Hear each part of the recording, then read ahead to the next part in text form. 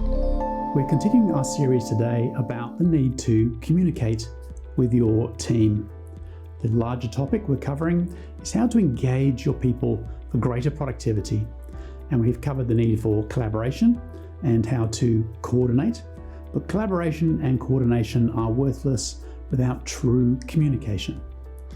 Today, we'll cover the need to plan your communication and not leave it to chance. According to Anatole France, to accomplish great things, we must not only act, but also dream. Not only plan, but also believe. I like the contrast here of planning and acting, dreaming and believing. A powerful juxtaposition. Regardless of how big, complex and daunting your task, have one plan to communicate. Make it very open and transparent, super simple and easy to understand. Have honesty and integrity. Be open in your communication and help define reality. You'll be surprised how that builds respect and garners an appropriate response. Open, transparent communication will create a level of trust and engagement that transcends bad news. In turn, this can unlock solutions and foster creativity. So how do we communicate to the right people at the right time with the right message? We plan. Create a cycle of communication mapped to stakeholders in set durations. These will vary depending on your own circumstances, but we all need to plan. Who do I need to connect with and collaborate with? How often should I communicate with which stakeholders? What is important to them? Regardless of who, how, and how often, at the core should be a compelling singularity, a purpose, an outcome, a priority. If this is clear and compelling, it will drive alignment and focus resources on the desired outcome.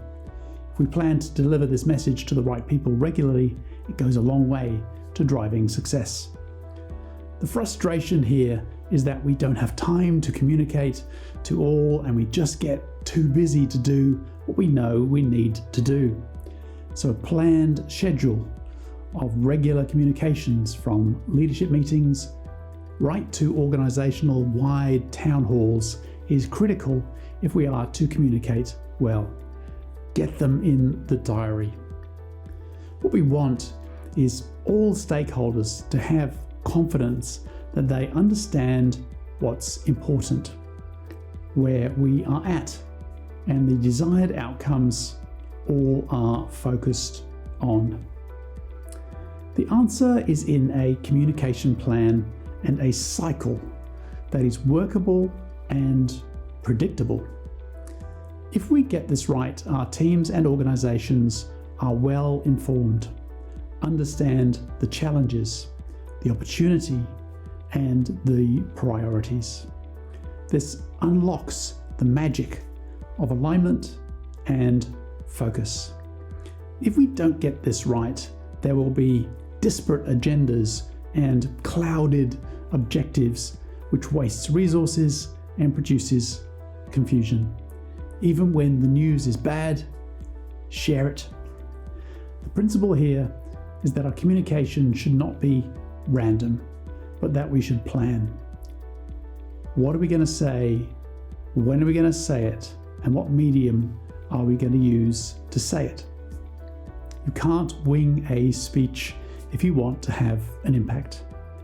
Plan it out. Break down your complex issues into simple priorities. Get super clear on what's important and repeat the message. Leonard Bernstein said, "To achieve great things, two things are needed: a plan and not quite enough time." There's nothing wrong with constraints and urgency, but have a simple plan. Do you have a communication strategy? Why not get together with your immediate team and work on how often you should communicate, with whom, and what would be the simple outcomes you want to achieve. What is the galvanizing truth and key priority? What will make your boat go faster? Here's a quick tip.